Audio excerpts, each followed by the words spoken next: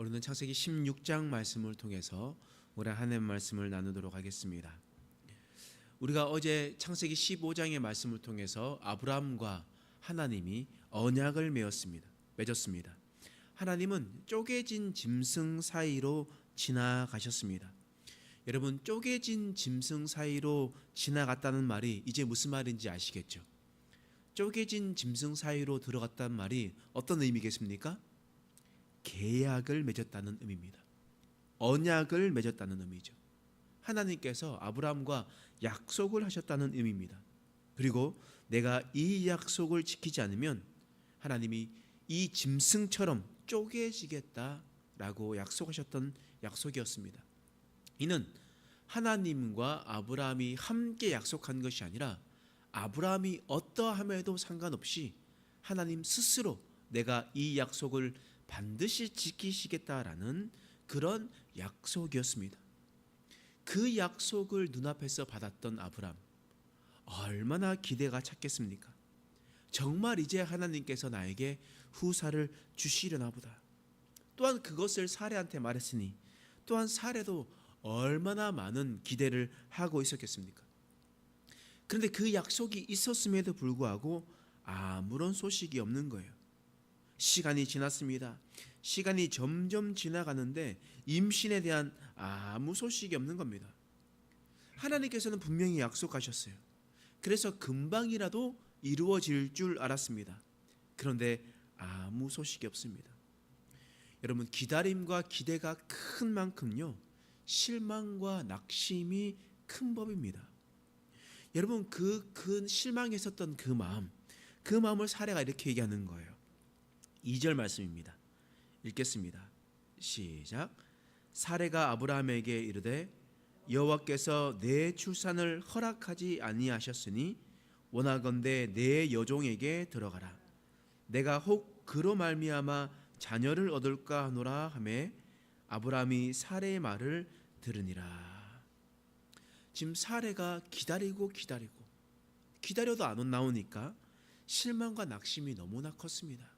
그래서 그들은 이제 포기하기에 이르렀습니다. 여호와께서 내 출산을 허락하지 아니하셨다. 이제 내 여종 하갈에게 들어가서 하갈을 통해서 후사를 보자라는 말을 했습니다. 우리는 이렇게 생각합니다. 문화적으로 이렇게 생각하죠. 야, 사레가 어떻게 남편에게 첩을 내준단 말인가? 지금으로서는 있을 수도 없는 일인데 라고 생각하며 지금의 상황을 두고 우리는 성경을 보면서 생각을 합니다. 그러니까 문화적으로 맞지 않는 상황을 이야기를 하는 거예요. 여러분, 우리는 그때 그 당시에 있었던 문화적을 생각하면서 우리는 말씀을 받아들여야 됩니다. 예를 들어서 우리는 지금 첩을 둔다라는 것은 말도 안 되는 일이잖아요. 절대 안 되는 일이죠. 그런데 100년 전 한국에 있었던 100년 전에는요, 이것이 부끄러운 일이 아니었습니다. 그냥 있는 일이었습니다. 100년 전에는 그런 일이 있었는데요. 3800년 전인데 3800년인데 말해서 뭐 하겠습니까? 여러분, 그래서 우리는 성경을 볼 때는 우리는 지금의 역사, 문화, 어떤 과학적인 것들을 바라보는 것이 아니라 그때 그 당시에 있는 것들을 보면서 우리는 생각해야 됩니다. 우리는 문화적으로 생각할 수 있는데 그러면 우리는 마음적으로는요, 하나님께서 약속을 하셨는데 어떻게 사레와 아브라함이 이렇게 할 수가 있는가? 약속하셨으면 계속 기다려야 되는 거 아닌가? 조금이라도 기다려야 되는 건 아닌가? 약속을 믿지 못하는 건 아닌가? 라고 생각할 수 있습니다. 여러분, 우리가 이렇게 한번 생각해 봅시다. 사레는요, 하나님의 약속에 대한 기대가 너무나 컸어요. 하나님께서 주시겠다 너무나 분명하게 말씀하셨거든요. 그러니까 당장이라도 받을 것처럼 여겼습니다. 근데 시간이 너무나 많이 지났어요. 시간이 너무나 많이 지나니까 절망으로, 실망으로 더 커지게 되는 겁니다. 자신이 생각한 시간에 맞춰지지 않고 기대한 것이 이루어지지 않으면요, 실망이 정말 너무나 크게 되는 겁니다. 그리고 그것을 통해서 인간은 하나님을 신뢰하고 하나님의 계획을 따르려고 하기보다는 자신의 생각과 방법대로 하려고 합니다. 사람들은 그래요. 여러분 보세요. 오늘 말씀 3절 말씀이에요. 읽겠습니다. 시작. 아브라함의 아내 사레가 그 여종 애굽 사람 하갈을 데려다가 그 남편 아브라함에게 첩으로 준 때는 아브라함이 가나안 땅에 거주한 지 10년 후였더라. 아브라함이 가나안 땅에 거주한 지 10년 후였다고요. 갈대아 우르에서 약속을 받고 떠났습니다. 내게 복을 주어 내 자손을 통해서 장성케 하겠다, 광대하게 하겠다, 많이 있게 하겠다, 이렇게 말씀하셨습니다. 그런데 갈대아 우르를 떠나서 가나안 땅에 도착해서 그곳에 거주한 지 10년이나 지났습니다. 하나님께서 갈대아 우르에서도 약속하시고 가나안 땅에도 약속하셨는데 약속만 하시지 주시지는 않는 겁니다. 여러분 10년이면요 강산도 변하고요, 지금은요 10년이면요 어마어마하게 변화되는 시절입니다. 여러분 그렇게 되는 것이에요. 그런데 10년이나 지났는데 여러분 괜찮겠습니까? 여러분들은 하나님께서 약속하셨습니다. 10년 동안 기다리면서 계속해서 똑같은 기도 할 수 있겠습니까? 여러분 어떻겠습니까? 예를 들어 봅시다. 하나님께서 저에게 개척을 말씀하셨습니다. 하나님께서 저에게는 두 가지 분명한 말씀을 하셨거든요. 어떤 말씀하셨냐? 나는 전능한 하나님이다. 내 앞에서 행하여 완전하라. 개척은 내가 하는 것이다. 너의 능력을 하는 것이 아니라 나 여호와 하나님이 하는 것이다. 그러니 내가 할 거니까 가라. 하나님께서 말씀하셨어요. 아멘.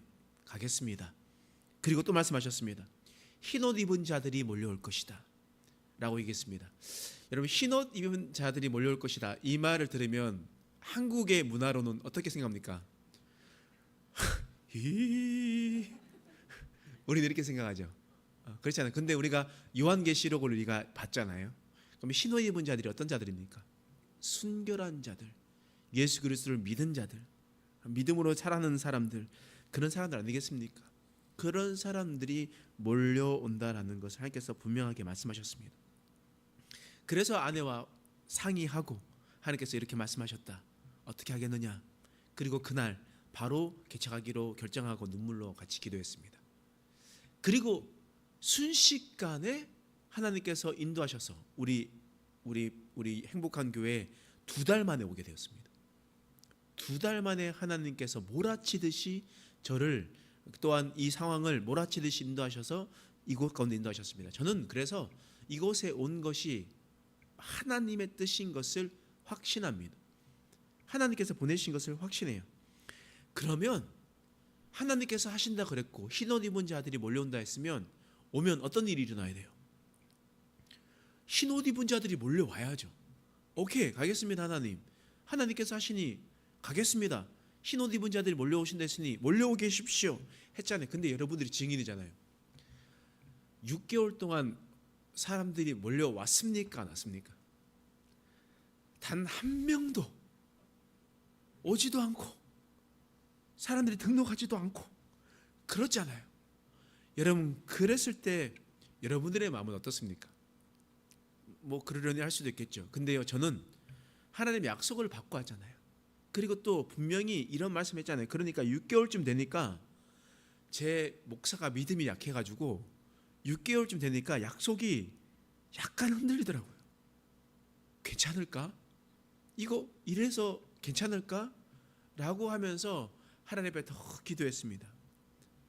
그리고 난 다음에 이제 처음에는 내 노력으로 내 힘으로 뭔가를 하려고 했었을 때는 아무 일도 일어나지 않더니 이거는 내가 할 수 있는 것이 아니구나, 괜찮을까?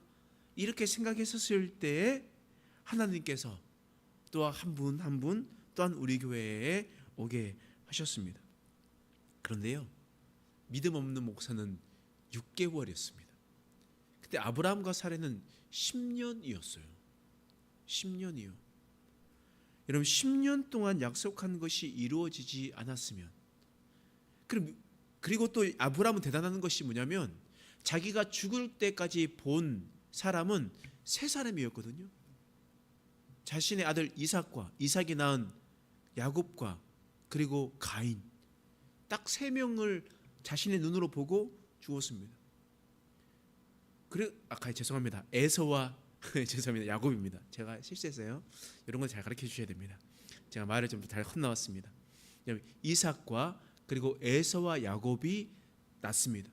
여러분, 그렇게 되었을 때 여러분 얼마나 그것을 지키기가 힘들겠습니까?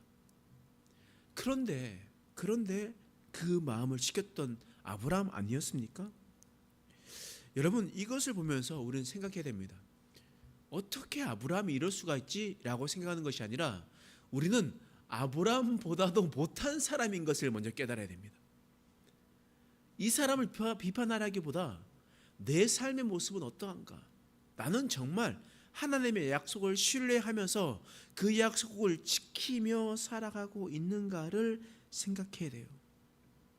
그리고 하나님의 약속이 언제 이루어지느냐도 우리는 생각해야 됩니다. 여러분, 하나님의 약속은 언제 이루어집니까? 여러분 생각해 보십시오. 하나님의 약속은 자신이 원할 때 이루어지는 것이 아닙니다. 하나님의 약속은 하나님의 때에 이루어집니다. 아멘입니까? 하나님의 때에 하나님의 약속은 이루어집니다. 그러면 하나님께서 그 아들을 언제 주셨는가? 아브라함의 아들을 언제 주셨는가? 우리 창세기 18장 11절 말씀에 이런 말씀이 있거든요. 함께 읽겠습니다. 시작. 아브라함과 사라는 나이가 많아 늙었고 사라에게는 여성의 생리가 끊어졌는지라. 창세기 18장 11절 말씀에 보면 지금 이제 더 시간이 흘러가지고 아브라함과 사라의 나이가 많아 늙었다라고 기록되어 있습니다. 그렇게 기록되어 있어요. 그 나이가 아브라함이 지금 99세쯤 되었습니다. 그러니까 86세 때에 이 지금 이스마엘을 낳았고 99세가 되었을 때에 지금 나이가 많이 지났습니다. 13년이라는 시간이 더 흘렀다는 말이에요. 사라가 생리가 끊어졌습니다. 사라가 생리가 끊어질 만큼 됐습니다. 그러니까 사라가 89세가 되었다는 말이에요. 사라가 89세가 되었고 여성의 생리가 끊어졌으면 여러분 과학적으로 아이를 낳을 수 있습니까? 없습니까? 생리가 끊어지지 않았을 때는 조금이나마 가능성이 있잖아요. 근데 생리가 끊어졌어요. 그러면 절대 이루어질 수 있는 일 아닙니까? 절대 이루어질 수 없는 일이에요. 그러면 사라가 생리가 있었을 때에 아이를 낳았다면 그것이 100% 하나님께서 주신 거라 여겼겠습니까? 근데 바꾸어서 사라가 생리가 완전히 끊어졌을 때 아이를 낳았다면 누가 하신 것이라 믿어지겠습니까? 하나님께서 하신 거라 믿는 것 아니겠습니까? 여러분, 그렇기 때문에 우리는 기억해야 됩니다. 자신의 모든 것이 없어지고 자신의 힘과 자신의 능력으로 할 수 없다라고 생각했었을 때 이루어지는 것이 사람들은 하나님께서 하시는구나 라고 여겨지는 겁니다. 여러분, 그러면 바꾸어서 우리의 인생을 한번 생각해 봅시다. 우리의 인생을 생각했었을 때 그러면 언제 우리의 기도가 조금이라도 빨리 이루어지겠습니까? 내 능력과 내 힘으로 할 수 있습니다.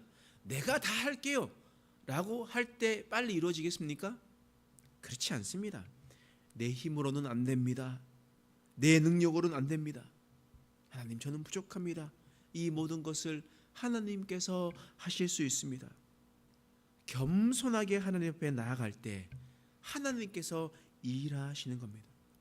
자신의 부족함과 연약함을 주님 앞에 고백할 때 그리고 하나님께서 하신다라는 것을 인정하고 그 모든 것을 하나님께 영광을 돌릴 때 하나님께서 일을 이루시는 겁니다.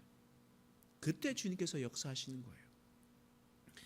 여러분, 오늘 본문의 말씀을 통해서 어떻게든 사라와 아브라함은 자신의 힘과 자신의 능력으로 어떠한 일을 이루려고 했었습니다. 그 일을 이루고 하갈에서 누가 났습니까? 이스마엘이 났습니다. 이스마엘은 누구의 조상입니까? 지금의 이슬람 자손의 조상입니다. 이슬람 자손을 통해서 얼마나 많은 일들이 일어났습니까? 여러분, 사람의 힘과 능력으로 해 나가려고 했었을 때요, 그 일이 일어났었을 때 파생되는 모든 일들은 우리가 당하게 되는 겁니다. 우리는 이것을 잘 기억해야 됩니다. 그래서 우리가 하나님의 약속을 듣고 약속을 믿고 그 말씀대로 순종하며 나아간다면 하나님께서 우리의 뒷일까지도 주님께서 다 책임져 주실 텐데, 그러나 우리가 저지른 잘못과 실수와 그러한 행동들 때문에 파생된 일들 때문에 우리는 이렇게 생각하죠. 하나님은 왜 이스라엘 사람들에게 우리를 주셔가지고 이렇게 우리를 힘들게 하냐, 어렵게 하냐, 이렇게 생각하는 경우가 너무나 많습니다. 이 모든 것을 찾아서 올라가 보면 이것은 하나님께서 하신 것이 아니라 그것은 다 인간이 선택한 일이었습니다. 그래서 인간은 하나님을 핑계대고 싶었을 뿐입니다. 여러분도 잘 생각해 보십시오. 여러분들이 당하는 여러 가지 어려움과 고난과 힘든들이 있습니다. 그러니까 예수를 믿기 때문에 당하는 고난은 그것은 우리에게 영광으로 받아들이겠지만, 그렇지 않고 여러 가지 당하는 내 삶 가운데 어려운 일이나 이런 것들이 찾아봤었을 때요, 대부분 나의 잘못된 선택으로 일어나는 겁니다. 우리 사람들 중에 가장 많이 우리가 욕하는 거고 화나고 비판하는 이유가 뭐냐면요, 배우자를 할 때 많은 욕을 합니다. 왜 하나님께서 이런 남편을 나에게 주셔가지고, 기도할 때 이렇게 많이 기도합니다. 선택을 누가 했습니까? 하나님께서 선택하셔서 여러분들에게 중매셔가지고 여러분들이 결혼하겠습니까? 선택은 자기가 해놓고 탓은 하나님의 탓을 한단 말이에요. 우리가 잘 기억하시기 바랍니다. 우리가 이 모습을 통해서 우리가 어떻게 살아가야 되는지, 우리가 어떤 삶으로 주님 앞에 드려야 되는지를 잘 생각하며 믿음의 조상의 모습을 보면서도 그 좋은 모습은 받아들이고 그들이 실수했던 모습을 반면교사 삼아서 주 은혜 가운데 살아가는 저와 여러분 되시길 간절히 소망합니다. 기도하겠습니다. 하나님, 우리 인생 가운데 하나님의 놀라우신 은혜를 베풀어 주신 것을 감사합니다. 말씀을 생각하며 주 은혜 가운데 서게 하여 주시옵소서. 하나님, 우리가 우리의 부족함과 연약함을 고백할 때에 하나님께서 일을 이루신다는 것을 기억하게 하여 주시옵소서. 또한 우리의 잘못된 선택과 또한 그 결정으로 수많은 실수들을 하게 될 텐데, 그것으로 파생된 모든 일들을 하나님의 탓으로 돌리는 것이 아니라 우리가 다시 한 번 더 회개함으로 주님 앞에 나아가서는 인생 되게 하여 주시옵소서. 그래서 온전히 하나님을 신뢰하고 하나님의 말씀 가운데 설 수 있는 우리의 인생 되게 하여 주시옵소서. 감사드리며 예수님의 이름으로 간절히 기도드립니다. 아멘.